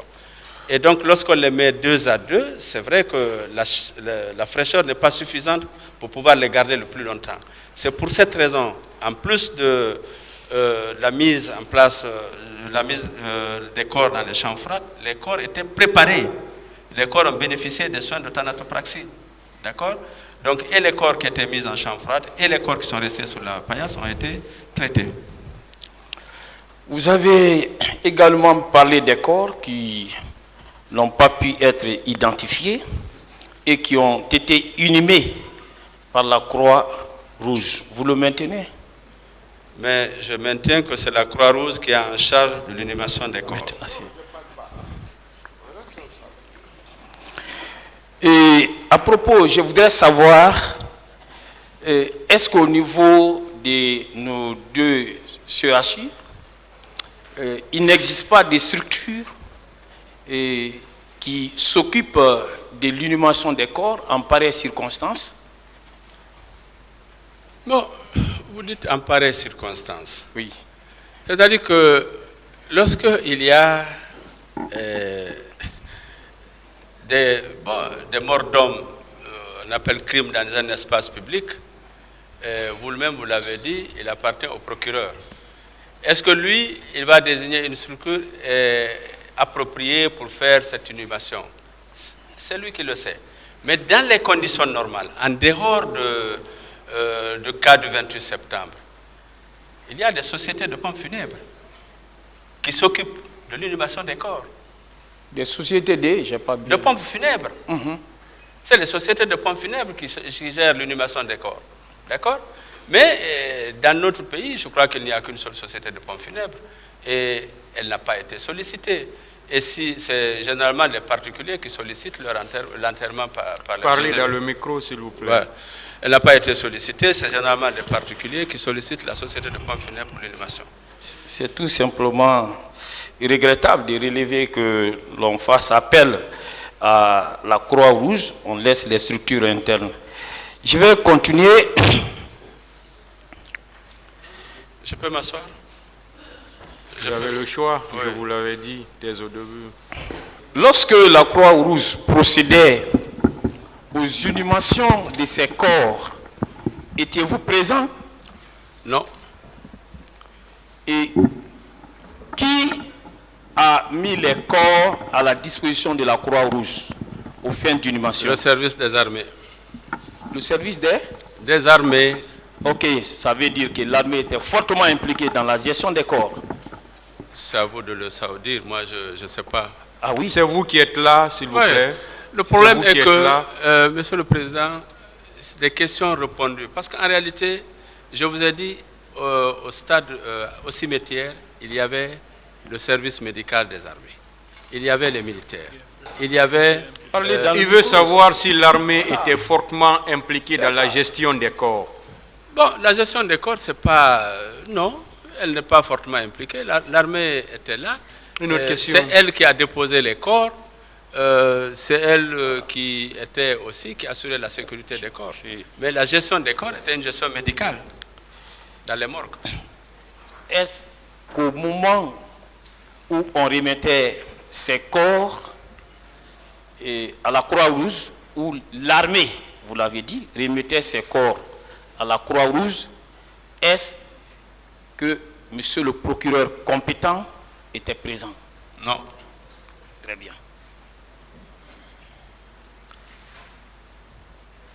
Vous avez également, en réponse à l'une des questions posées par le procureur Sidiki Kamara, vous aviez dit que c'est sur vos conseils que des corps ont été exhumés pour des fins de tests ADN. Vous le confirmez? Bon, écoutez, j'ai dit que j'étais membre de la commission d'enquête. Et dans la commission d'enquête, il y avait une commission santé. J'étais président de cette commission santé. J'ai proposé, voilà. J'ai proposé, sachant déjà qu'il y avait des corps non identifiés qui sont inhumés à Cameroun, j'ai proposé qu'on fasse des prélèvements ADN et qu'on envoie les échantillons en France pour faire des croisements. Ça, c'est ce que je suis en train de dire, c'est sur vos propositions. Oui, absolument. Voilà. Et lorsque vos propositions ont été acceptées, vous avez mis à contribution votre équipe. Absolument. Voilà. Et votre équipe a procédé à des prélèvements. Tout à fait. Alors, et ça, c'était à un moment où déjà les enquêtes étaient ouvertes, oui ou non? Puisque la commission d'enquête était en train de travailler. Oui, ça c'est au décours des enquêtes, oui. La commission d'enquête était en train de travailler. Est-ce que cela est normal qu'on procède à des prélèvements? Permettez-moi. Qu'on procède à des prélèvements pendant que les enquêtes sont ouvertes sans que cela ne soit référé à monsieur le procureur. Trouvez-vous cela normal? Écoutez-moi très bien. Moi, je ne cherche pas à savoir ce qui est normal ou pas normal. Je vous dis ce que je fais et ce qui s'est passé. C'est à vous d'apprécier, c'est normal ou pas? Oui, ce que vous faites doit être conforme à la légalité. Ah, moi, je me suis toujours conformé à la légalité. C'est ça, un médecin légiste agit dans les limites de la légalité. Je me conforme à la légalité. Tout ce que j'ai fait en 29 ans de travail d'exercice de ce métier. Est-ce que vous savez qu'en procédant à des prélèvements, que cela constitue un travail technique qui est du ressort d'un médecin légiste? Mais ce sont des médecins légistes, des médecins qui travaillent avec moi, qui sont allés avec un protocole, qui ont fait les prélèvements. Est-ce que vous savez que vous, en faisant agir des personnes sous votre autorité, dans le but de procéder à des prélèvements, alors que vous êtes en même temps membre de la commission d'enquête, que vous étiez à la fois en train d'agir comme membre, comme enquêteur, et en même temps comme expert sur le terrain? N'est-ce pas une confusion de qualité? Non, monsieur l'avocat. Et vous savez pourquoi je suis allé dans la commission d'enquête? Oui, allez-y. À deux titres. D'abord parce que je suis médecin légiste et je suis président de l'ordre des médecins. Est-ce que vous pouvez me dénier le pouvoir, en tant que médecin légiste, de faire un prélèvement et d'utiliser les personnes de ressources qui sont capables de m'aider à faire ce travail? Lorsque vous êtes enquêteur, vous ne devez pas le faire. Écoutez, lorsque vous êtes enquêteur, permettez-moi, s'il vous plaît, la loi est très claire, hein, lorsque vous êtes enquêteur, un enquêteur qui se heurte à des questions d'ordre technique, il doit en référer au procureur pour qu'un expert soit désigné. Vous ne pouvez pas être membre de la commission en tant qu'enquêteur et en même temps intervenir en tant qu'expert. Ça, c'est une confusion de genre. Alors moi, je ne trouve pas la confusion parce que cette enquête a été, cette exhumation a été initiée par la commission d'enquête. C'est la commission d'enquête, ce n'est pas le procureur qui a initié cette exhumation, c'est la commission d'enquête. Je suis membre de cette commission d'enquête. J'ai utilisé les ressources que je dispose pour pouvoir faire ce travail et je l'ai fait et je pense que je l'ai bien fait. Où sont les rapports auxquels vous avez abouti comme résultat en ce qui concerne toutes les opérations que vous avez illégalement accomplies? Bon, le rapport demandé à la commission d'instruction, le rapport a été déposé, je vous ai déjà dit ça. Les rapports de vos prélèvements, je parle. Mais, quel rapport de prélèvement? Oui. Il n'y en a pas? Rapport de quel prélèvement? Oui, les prélèvements qui ont été effectués prélèvement par l'équipe qui évoluait pendant les enquêtes sous votre autorité. Monsieur et non sous l'autorité de la justice. Monsieur l'avocat, maître. Je répète, c'est la commission d'enquête qui a initié cette exhumation. Ce n'est pas le procureur. Je répète que si je suis allé faire des prélèvements, ce n'est pas un rapport de prélèvement que moi je dois déposer à mon mandant. C'est un rapport du résultat des examens que j'ai réalisés. Voilà. Donc, ce n'est pas ici qu'on va me demander de me faire un rapport de prélèvement. Je n'ai rien à faire par ça. Écoutez, vous avez eu à procéder à des opérations qui ont même précédé l'ouverture des enquêtes. Et vous avez eu à décrire ces opérations ici. Et malheureusement, ces opérations ne sont pas suivies des dépôts de rapports. La conséquence, monsieur le ministère public et même le tribunal vous ont demandé de déposer ces rapports. Pourquoi vous avez agi ainsi? Je vous répète, monsieur l'avocat, que je n'ai pas de réquisition. Et je vous informe également, parce que vous êtes avocat, que pendant mon exercice, je répète, près de 30 ans de médecine légale dans ce pays, et j'ai toujours déposé mes rapports, et à temps, quand je suis requis. Et si je n'ai pas déposé de rapport, c'est parce que je n'ai pas de réquisition.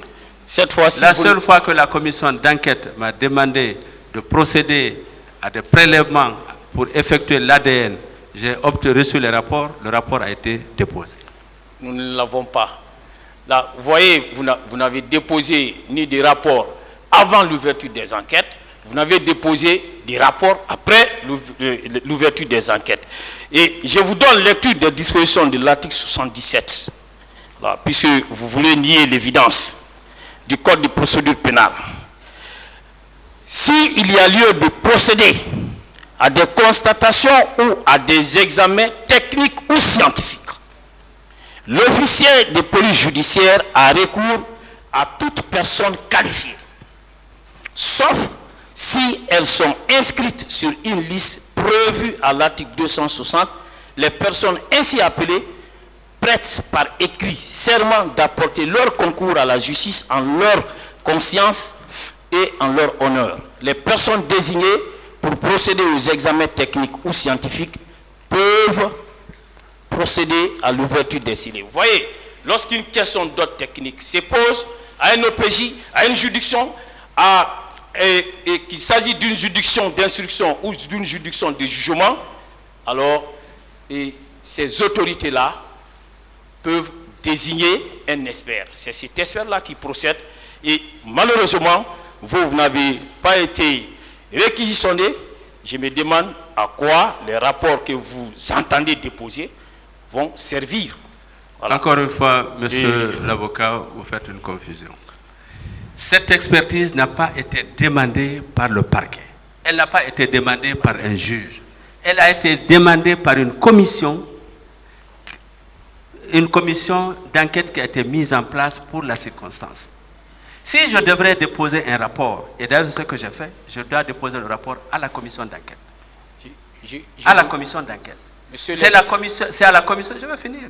Oui, parce que vous ramenez tout en droit. Moi, je peux vous ramener sur le code de déontologie.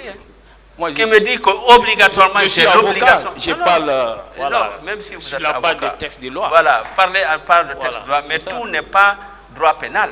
Si. Parce que non, ne mettez pas tout ça dans le cadre de droit pénal. On est dans la procédure pénale. En plein. Alors moi, je vous oppose le droit de la déontologie médicale. Quelle disposition? Sortez-moi. Moi, je ne regarde pas de vos dispositions. Tout médecin a l'obligation de répondre à sollicitation de ses malades. Donc, dans le cas précis, j'étais dans l'obligation d'examiner et de procéder à l'identification des corps. C'est non discutable. C'est la déontologie médicale. Maintenant, vos dispositions de loi pénale, gardez-les. Moi, je vous dis en plus, au niveau de la commission d'enquête, ce n'est pas le tribunal qui nous a requis, c'est la commission d'enquête. Et le rapport que j'ai envoyé de Paris, je l'ai envoyé à la commission d'enquête. Et c'est le rapport-là qui a été déposé à la commission d'instruction du tribunal. Donc, vous n'amenez pas tout au tribunal, au procureur et tout ça. Vous savez que lorsque vous agissez en tant que professionnel, on vous demande d'agir par rapport à un cas de mort. Lorsqu'il est question de déterminer la cause de ces cas de mort, vous devez avoir à l'esprit que vous devez agir conformément aux dispositions du Code de procédure pénale. Il n'y a aucune autre disposition palliative en la matière. Et vous ne l'avez pas fait, il faut le reconnaître au moins. Merci, Monsieur le Président, j'en ai terminé avec lui.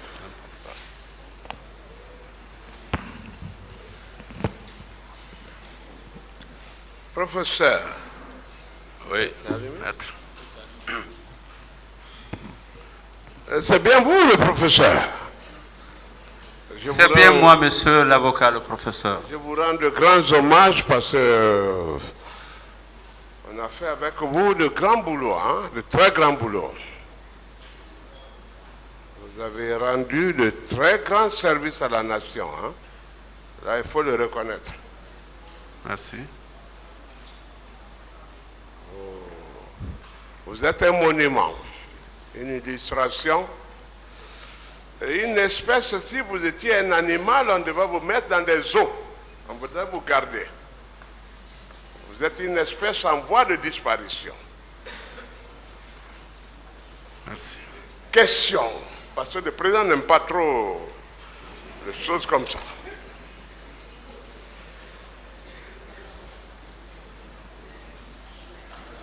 Où sont partis les corps? Parce que mon confrère a parlé de beaucoup de choses, parce qu'il y a un autre témoin qui doit venir, dont les questions doivent vous concerner. Où sont partis les corps de nos compatriotes? Où sont partis les corps? Ça, c'est une question, maître, une très bonne question, et à laquelle, malheureusement, je ne pourrais pas vous répondre. Je vous ai dit où sont partis... Vous avez livré les corps pour les envoyer où? Les 58 corps. Oui, il y en a plus. Ah bon? C'est vous qui le dites? Ah oui, j'ai des données moi-même. Ah ben c'est parfait. Alors, où sont partis le reste des corps? Ben, je vous repose la question, si je pouvais le faire, parce que moi je n'ai pas l'information. Vous avez livré combien de corps? Il faut qu'on revienne sur la question. Le président n'aime pas ça. Oui. Où sont partis les corps? Je vous pose la question, où sont les corps? C'est vrai, on ne pose pas ici les questions aux avocats. Voilà, vous devez répondre. Oui. Mais je ne sais pas. Où sont partis les corps? Voilà, contentez-vous de répondre. Oui, je ne sais pas, je ne sais pas. Allez-y avec une autre question, maître. C'est vous qui avez livré les corps pour quelle destination? Monsieur... Vous savez que je vous aime bien, je vous respecte beaucoup. Oui, moi aussi. Mais vous savez, moi aussi, ça me rappelle un de vos brillants confrères qui dit que la justice est un jeu. Mais moi, je ne m'amuse pas. Ah oui, c'est Jacques Vergès qui l'a dit. Voilà, Jacques Vergès l'a dit. La justice est un jeu. Il veut connaître la destination des corps, s'il vous plaît. La justice est un art. Je n'en sais pas. Je ne sais pas. Je ne suis pas contre vous, je vous admire. Oui, il n'y a pas de problème, merci, c'est gentil. Vous ne semblez pas le comprendre. Je vous en prie, merci, c'est gentil. Aidez-nous, ce n'est pas vous qui avez tué. Ce n'est pas vous qui avez tué.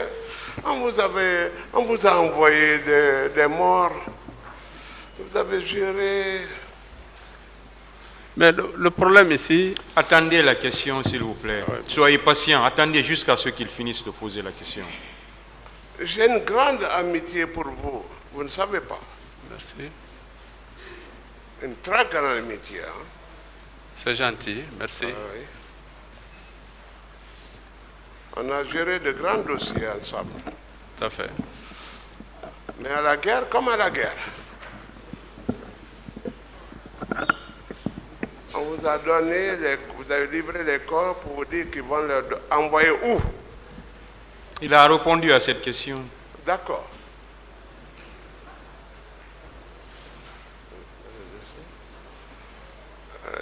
Je vais vous délivrer le reste du questionnaire. Mais sachez que vous avez un poste trop stratégique, c'est ça? Oui. Et je vous remercie d'avoir aidé à beaucoup d'inhumations dans ce pays. Merci. Et d'avoir produit beaucoup de rapports que même le parquet de Dixine, que ce parquet ne connaît pas, et n'a pas produit dans le cadre des manifestations. Non. Je vous félicite. Hein. Des questions? Pas de questions, félicitations. Merci, maître. Et bonjour, professeur. Oui, bonjour. Vous avez déclaré ici que vous avez à votre niveau 3 ou 5 DUI. Est-ce que vous confirmez cette déclaration? 3 à 5 DUI. Je n'ai pas entendu, excusez-moi. Les DUI. Ah, DUI, oui. Combien exactement? Bon, vous savez, en fait, j'ai une collection de DUI. Toutes les DUI que je reçois, que ce soit dans le cadre du 28 septembre, j'en ai 3. Mais tous les cas de mort que vous connaissez, oui, voilà. Exactement. Bon, toutes ces questions-là, c'est dans le cadre du 28 septembre. 28 septembre. Bon, j'ai 3. 3. Oui. Et ces 3-là sont à votre niveau? À mon bureau, à Yansdine. Vous les avez où? Où est-ce que vous les avez eus? À la morgue. À la morgue? Oui. Comment? Est-ce que vous pouvez... Vous savez, je vous ai dit tout à l'heure, sur les 9 corps, on avait 3 orifices de sortie. Oui. Je vous ai dit ça? Oui. Et j'ai retrouvé les balles, parce qu'il arrive que les balles sortent et qu'ils tombent immédiatement. Et les personnes qui ramassent les corps, les ramassent parce qu'on a eu des corps qui sont venus avec, dans des gaines. Les corps étaient mis dans des gaines. Donc, on a ramassé les balles qui sont tombées, qui étaient à l'intérieur des gaines. On les a retrouvées. Maintenant, il y a les corps qui ont des orifices d'entrée et pas d'orifices de sortie. Les balles étaient à l'intérieur. Donc, c'est des balles qu'on a retrouvées dans les gaines où étaient emballés les corps. Oui, et est-ce que, à ce niveau, professeur, vous pouvez nous dire les personnes, les corps dans lesquels ou sur lesquels vous avez retrouvé les DUI là? Est-ce que, non, suivez, attendez, oui. Est-ce que ces personnes-là relevaient des personnes identifiées ou non identifiées? Bon, parce que votre déposition est cruciale pour cette procédure. Effectivement, je ne saurais le dire parce qu'en réalité, comme je vous ai dit, j'ai essayé de classer les corps. Avant même parce qu'au début, tous les corps étaient non identifiés. J'ai mis les corps par arme à feu, j'ai mis les corps par arme blanche, j'ai mis les corps qui n'avaient pas de lésions et qui présentaient des signes d'asphyxie mécanique. Je les ai mis en 3 groupes. Donc, les corps étaient venus dans des gaines, donc on les a sortis. Et comme je disais, les éléments antémortem et tout ce qui va avec et tout ça qu'on a retrouvé, on l'a mis dans un sac. Donc c'est dans ça que j'ai retrouvé. Aujourd'hui, me dire est-ce que c'est les corps non identifiés ou identifiés que non. Tout ce que je peux vous dire, c'est les corps identifiés qui avaient des traces de balles et les corps non identifiés, combien de corps non identifiés qui avaient des traces de balles. Donc vous ne pouvez pas dire ça. D'accord. Professeur, vous avez dit que en votre qualité de membre de la commission d'enquête nationale, que vous avez reçu pouvoir de cette commission de procéder à des expertises. Oui. N'est-ce pas? Tout à fait. Je veux savoir, est-ce que c'était un pouvoir ou des instructions données verbalement ou bien c'était par écrit? Si c'était par écrit, c'était par quel acte? Je crois à l'époque, le ministre de la Justice avait fait un écrit. Parce que c'est à travers cet écrit que j'ai pu voyager avec les échantillons et les envoyer à Paris. Oui, non, moi je ne parle pas de l'écrit par lequel les formalités administratives ont été accomplies pour faciliter votre déplacement à l'extérieur, mais pour les opérations, pour l'accomplissement des actes matériels. Non. Est-ce que la commission a pris un acte, la commission d'enquête a pris un acte par lequel vous avez été désigné? Je crois que c'est consigné en tout cas dans un procès verbal. Parce qu'à la suite d'une réunion, le président de la commission d'enquête, c'est un magistrat, donc il connaît toute cette procédure. C'est à la suite d'une réunion qu'ils ont décidé, et puis voilà, on m'a demandé de le faire. Bien. Vous confirmez que les douilles retrouvées que vous avez vues à l'occasion du 28 septembre, les 3 douilles, vous confirmez que c'est des douilles provenant des armes de guerre? Je confirme. André Kalachnikov. Kalachnikov. Excusez-moi, c'est trop russe. Voilà. En d'autres termes, des PMAK. Les PMAK. C'est ce que nous connaissons mieux ici. Et vous confirmez que vous n'avez pas vu de douille provenant d'un col 45 pistolet pendant tout ce que vous avez eu à faire? Non, non. Vous ne l'avez pas vu? Je ne l'ai pas vu. Mais vous savez, les cols 45, les types André Kalachnikov, qui sont des PMAK, des pistolets mitrailleurs automatiques, ont à peu près les mêmes orifices d'entrée. Et les mêmes orifices d'entrée au niveau de la zone d'impact. Donc c'est très difficile, sur la base vraiment de l'examen des orifices d'entrée et de sortie, de dire que c'est un pistolet mitrailleur ou c'est un pistolet. C'est très difficile. Ce qu'on peut dire, c'est des armes de calibre 22, de calibre 7 mm ou de calibre 12, si c'est les armes à plomb, hein, qui ont une localisation particulière. Les douilles là, est-ce que peuvent être déposées au greffe du tribunal? Oui, pas de problème. Bien. Et vous avez dit également que même maintenant là, qu'il est possible de procéder à la reconstitution des faits. Absolument. Je crois que le tribunal avisera dans opportun. Et pour terminer avec vous, professeur, oui.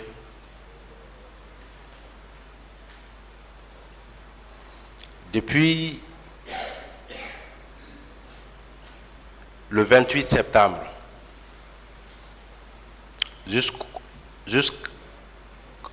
jusqu'à la fin des inhumations, est-ce que vous avez eu au moins à rencontrer une femme ou une fille quelconque qui vous a fait état des violences sexuelles?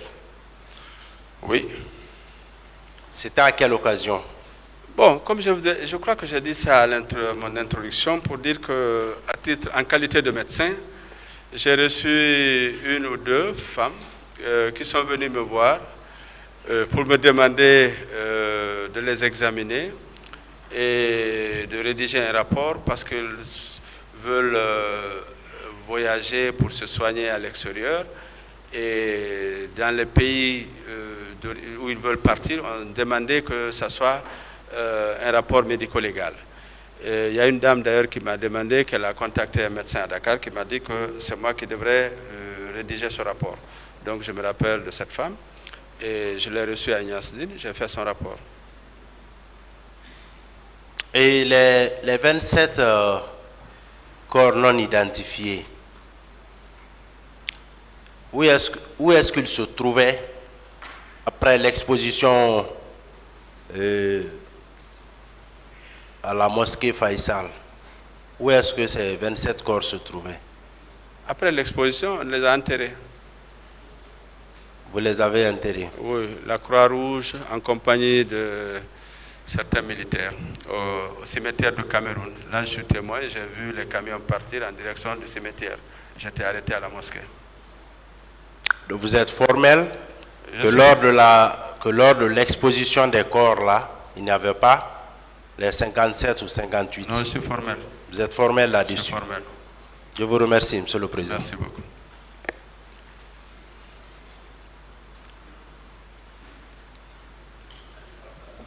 La défense n'a plus de questions. À la reprise, on va commencer avec la partie civile. L'audience est suspendue.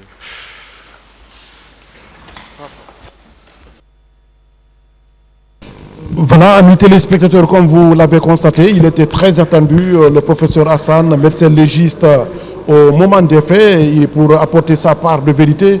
En tout